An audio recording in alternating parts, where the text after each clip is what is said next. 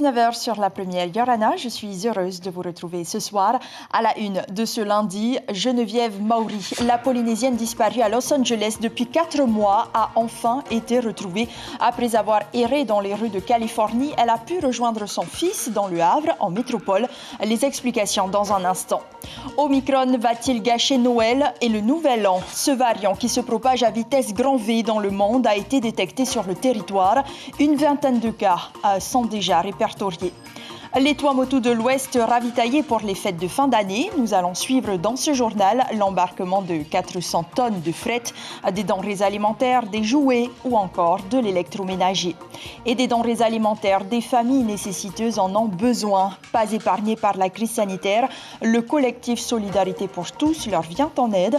Il fait appel à la générosité des Polynésiens. On en parle avec sa présidente, Théa Chomette, et l'invité de cette édition. Et enfin, son nom restera dans les annales de l'aviation. Kealohilani Lai Pommier est la première femme pilote de ligne formée sur le territoire. Son portrait est à découvrir à la fin de ce journal. Cela fait partie de la magie de Noël, du moins pour la famille de Geneviève Mauri. Disparue depuis le 13 août à Los Angeles, la Polynésienne n'avait plus donné signe de vie. La bonne nouvelle est tombée ce matin. Geneviève a pu rejoindre son fils dans l'Hexagone grâce au consulat de France aux États-Unis. Les détails avec Heidi Enko. Saine et sauve, Geneviève Mauri, disparue depuis le 13 août dernier à Los Angeles, est arrivée samedi à Paris. Un rapatriement qui s'est fait grâce au service de l'État, chapeauté par le consulat de France de Los Angeles. Le Haut-Commissariat nous confirmait cet après-midi la bonne nouvelle, un soulagement pour la famille. Il a été retrouvé à Los Angeles. Jeudi dernier, FDF lui a demandé qui elle est, d'où elle venait, elle ne comprenait rien. Donc, elle a juste donné son nom et son prénom. Alors, du coup, le FDF s'est renseigné sur Internet. Il est tombé directement sur mon reportage de la télé Polynésie Première. Qu'elle m'a dit, elle a été abandonnée à son insu. Le consulat m'a demandé son acte de naissance, notre acte de mariage, une copie de sa carte d'identité et passeport, puisqu'elle a tout disparu le soir même. La Polynésienne avait disparu selon sa famille lors d'une escale entre Tahiti et la France, où elle devait rejoindre son fils. Sans papier ni argent, elle aurait survécu dans les rues de Los Angeles en SDF. Selon un de ses contacts que nous avons joint en France, ce qu'elle a vécu et enduré, Geneviève veut en témoigner et le partager, mais seulement quand elle aura repris des forces. C'est un très beau cadeau Noël, oui. Et on peut savoir la Noël. C'est pour mon fils, c'est pour notre fils Georges. Quelle joie qu'il va avoir, qu'il va serrer enfin sa maman depuis 4 mois. Une fin heureuse pour cette mésaventure. Geneviève est mère de 4 enfants. Son retour est le meilleur cadeau qu'on puisse imaginer à quelques jours de Noël. La menace planait sur le pays depuis quelques semaines. Une vingtaine de cas positifs au variant Omicron est désormais officiellement recensé à Tahiti, Bora Bora et Maupiti. Le ministre de la Santé l'a lui-même confirmé, Jacques Rénal, qui temporise. C'est un peu tôt pour définir exactement quelle va être l'allure de propagation de la maladie. Les professionnels du tourisme, eux, se préparent déjà à affronter une nouvelle vague épidémique. Kalinyena, Patrick Sing Sing. 7 premiers cas Omicron la semaine dernière. 3 jours plus tard, 12 nouveaux cas. On est aujourd'hui à une vingtaine de voyageurs contaminés par le variant Omicron. Ces touristes et ces résidents polynésiens sont isolés depuis la confirmation de leurs résultats. La procédure actuelle n'impose pas de quarantaine à l'arrivée, seulement un autotest et une recommandation d'isolation. Le ministre de la Santé pense qu'il est trop tôt pour revoir les conditions d'entrée en Polynésie. Pour l'instant, je ne suis pas trop partisan de poser des quarantaines. D'abord, il faut avoir les lieux de quarantaine. Mais on suit les conseils de l'OMS en la matière. On a plusieurs scientifiques qui nous aident à déterminer quelles seraient les mesures les plus adaptées à notre situation. Il est toujours prématuré d'annoncer des mesures quand on n'est pas certain qu'elles doivent être appliquées. Pourtant, Omicron est 0,5 fois plus contagieux que le Delta. Les professionnels du tourisme s'inquiètent, comme à Taha, où les mesures barrières font déjà leur retour. On va continuer le masque, on va continuer le gel hydroalcoolique à l'entrée de la pension et bien espacer les gens.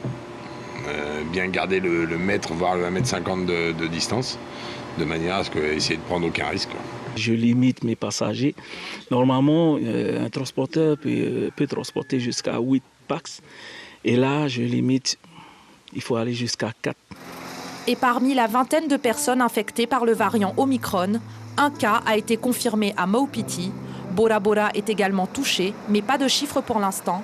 La population de la perle du Pacifique ne s'affole pas pour autant. Et Bora Bora est prêt. Pourquoi? Parce qu'avec toutes les procédures qui ont été mises en place, Batawana et tous les guides sanitaires qui sont là, et la population de Bora respecte les gestes barrières. C'est pour ça que nous sommes prêts. Une allocution État-pays est prévue mercredi à 11 h. De possibles restrictions de circulation pour les voyageurs non vaccinés pourraient être annoncées. Et jeudi, une conférence de presse de la plateforme Covid et de la direction de la santé va présenter les chiffres et les courbes épidémiologiques de ce nouveau variant Omicron. Et à 5 jours de Noël, les restrictions se multiplient à travers le monde face à ce nouveau variant. Aux Pays-Bas, où plus de 15 000 cas ont été recensés, la population est confinée depuis hier jusqu'au 14 janvier. Une procédure d'alerte a été déclenchée à Londres. Et de son côté, le centre de transfusion sanguine lance un appel aux volontaires. À la veille des fêtes de fin d'année, les donneurs sont moins nombreux alors que le besoin est constant. Coupée du monde, la Polynésie ne peut compter que sur elle-même pour assurer ses besoins. Elle est donc particulièrement sensible à toutes les initiatives de dons. Alors n'hésitez pas à vous rendre au CHT de Taoné et sachez que le pass sanitaire n'est pas obligatoire pour donner votre sang. Le centre de transfusion sanguine est ouvert tous les jours à partir de 7 h. 400 tonnes de fret à destination des Tuamotu de l'Ouest. Pour sa dernière rotation de l'année, le Cobia 3 a embarqué à son bord les derniers achats des habitants, des denrées alimentaires principalement, car oui, dans les îles, on ne se satisfait pas uniquement du poisson. James O. Inacio Raveino. Petite affluence ce matin devant les guichets du Cobia 3. En effet, le caboteur Kit Pop était en fin de journée à destination de Kaukura, Arutua, Apataki, Fakarava et Aratika. Le plus important, c'est les frigos réfrigérés. Comme le fret de l'aéroport s'est fermé, parce que c'était arrivé en retard quand on est passé là-bas. Alors le seul moyen, c'est de venir ici. Il y a le bateau Cobia.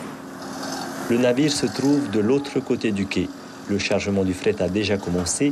Les clients défilent, mais avant de déposer leurs colis dans les bacs prévus à cet effet, ils doivent présenter leur connaissement au capitaine d'armement. C'est un peu le rush ce matin. Ouais, tous les jours, là, spécialement, c'est les fêtes. Hein. Voilà, du coup, tout le monde sont prêts à aller déposer les colis au bateau, pour les îles, hein, surtout. Hein. Là, tu as des colis pour quelle île? Là, j'ai des colis pour... Pataki. Hein? Pataki, et puis j'en ai pas mal d'autres déjà déposés. Du coup, il faut courir après le pointeur pour se faire contrôler, quoi. Sinon, tu quittes pas le bateau. Là. Qu'est-ce que tu amènes ce matin, ce bateau? Enfin, c'est des colis pour les enfants à Pataki. Hein? Enfin, des joujoux, tout ça. Pour la fête de Noël. Hein? Tous les ans, tu viens au bateau? Ah non, c'est la première fois.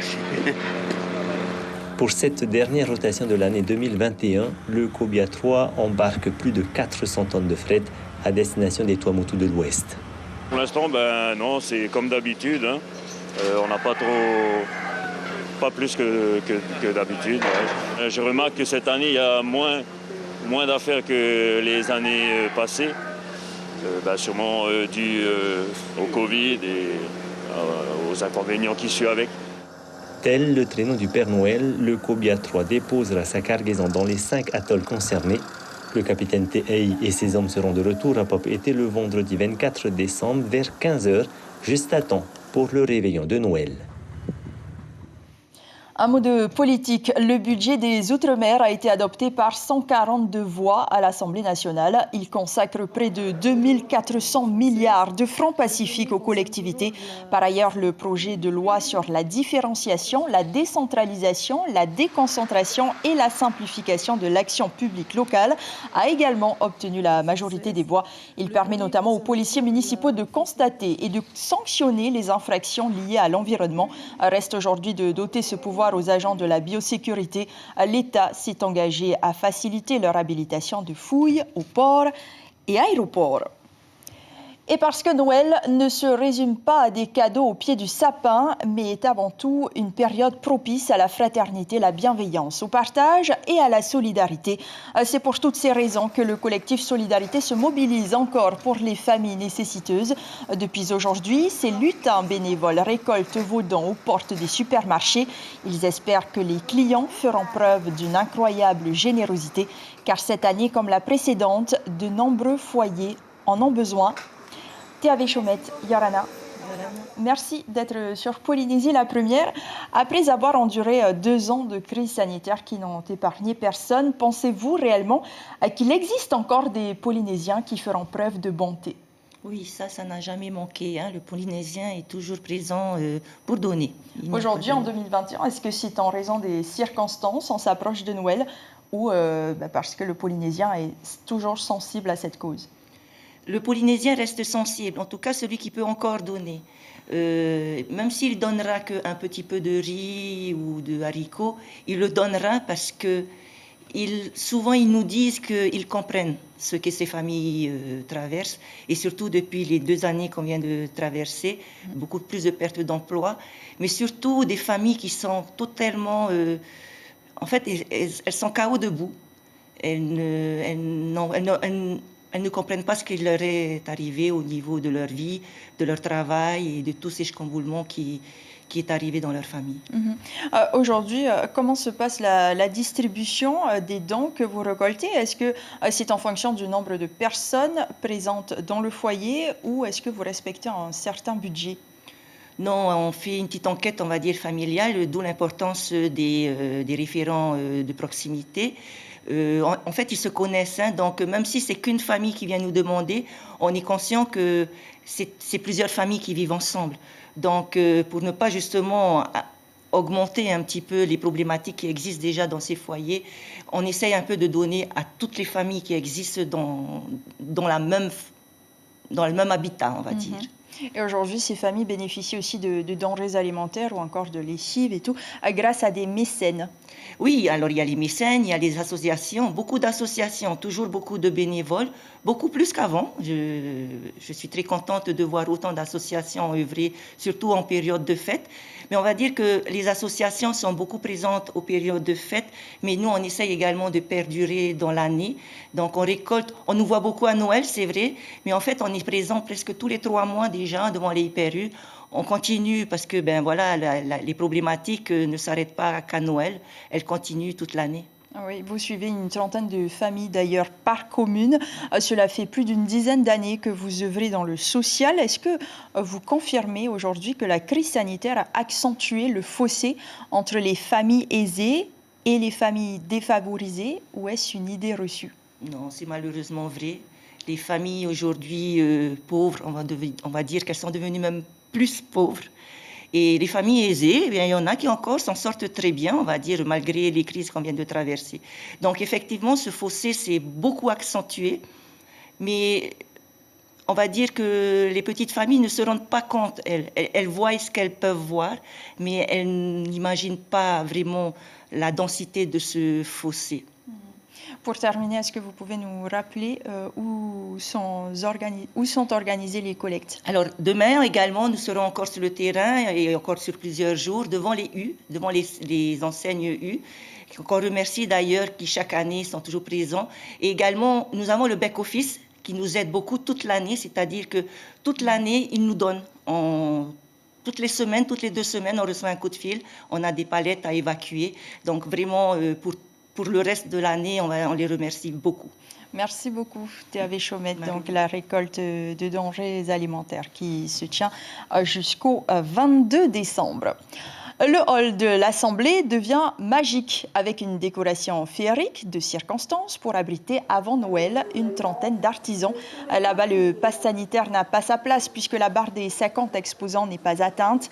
Vous pourrez tout de même dénicher le cadeau qui fera plaisir à votre entourage. Bijoux, couteaux, objets gravés, sculptures, bref, toutes sortes de créations et produits locaux et surtout à des prix très attractifs. La présidente de l'association de l'artisanat d'art, Faoura Bouto, nous en dit plus au micro de Patrick Sing Sing. Et vous pouvez aussi demander un petit geste pour, à tous les commerçants. Ils vont le faire, je suis sûre. C'est Noël pour tout le monde. Tout le monde a mal vécu notre histoire, nous, la Polynésie et le monde entier. Alors, ils comprennent qu'il faut faire un prix. Le salon est ouvert de 8h à 17h jusqu'au 24 décembre. Elle deviendra peut-être un modèle de réussite pour beaucoup. Kealohilani Lai Pommier est la première femme pilote de ligne formée localement. Et oui, cela est possible depuis janvier 2020. Terminer les longues et coûteuses études en métropole ou à l'étranger.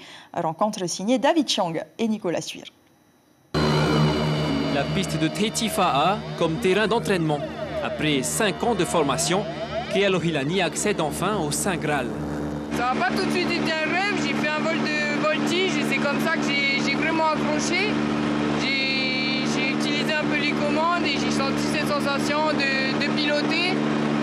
Et depuis, j'ai choisi que c'était ce que je voulais faire. Pour en arriver à ce résultat, Kealohilani passe depuis ses 18 ans tous les diplômes théoriques et pratiques nécessaires, le CPL, le MEP, mais aussi l'IRME et le MCC. L'investissement est conséquent, il varie entre 8 et 10 millions de francs, mais il permet d'entrer dans toutes les compagnies aériennes locales. Je pense qu'Archipel, c'est une bonne école. On fait beaucoup de terrain dans la Polynésie. En Polynésie, on a un climat particulier avec des conditions météo spécifiques, le vent, etc. Donc ça nous permet d'apprendre aussi. Et ensuite, par la suite, finir en compagnie, en pilote de ligne. Camille a obtenu son diplôme cette année aussi. Le simulateur de vol est un outil indispensable du pilote en devenir. Il leur permet de prendre en main les plus gros avions. On peut simuler des avions auxquels on ne peut pas avoir accès sur le parking comme ça facilement. Donc ce n'est pas le cas sur celui-ci en ce moment, mais on peut changer les manettes qui sont juste là pour passer à un avion de ligne. Un plus gros avion type A320 737. Il permet également de se préparer au pire scénario. On va pouvoir leur apprendre, bien évidemment, comment voler dans les nuages, traiter des gestions de panne et derrière, comment s'entendre à 2 pilotes dans un avion. Kealohilani est pionnière dans son domaine. Elle fait penser à la première femme pilote de Polynésie, Agnès Chantre, qui a débuté sa carrière dans une compagnie locale en 2014. Avant de nous quitter, je vous rappelle l'information principale de ce journal. La Polynésie compte désormais une vingtaine de cas confirmés d'infection par le variant Omicron, un chiffre confirmé par le ministre de la Santé. Ces malades confinés à domicile sont suivis de près par les autorités de santé pour assurer les actions de contact tracing dans l'objectif de préserver la santé de la population. Impossible pour l'heure de certifier si le pays est confronté à une nouvelle vague épidémique. Si vous voulez découvrir la mécanique judiciaire, nous vous proposons ce film dramatique, Une intime conviction qui s'inspire du procès de Jacques Viguier, accusé puis acquitté du meurtre de son épouse, c'était en 2000. Puis la première vous plonge dans la magie des fêtes avec un concert d'artistes français. Merci de nous avoir suivis, je vous souhaite une très belle semaine, portez-vous bien et à demain. Papa Noël, voici mon cadeau. Tous les enfants de toutes les nations.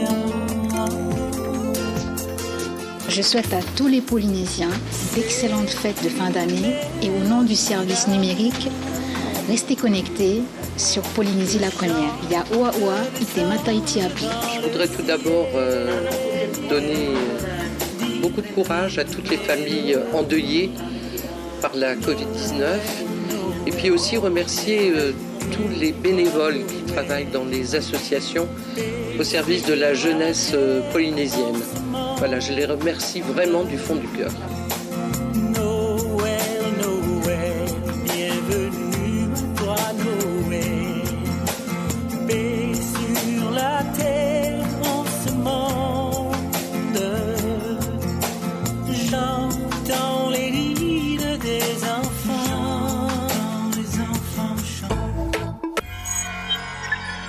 Retrouvez ce programme en replay sur notre site internet.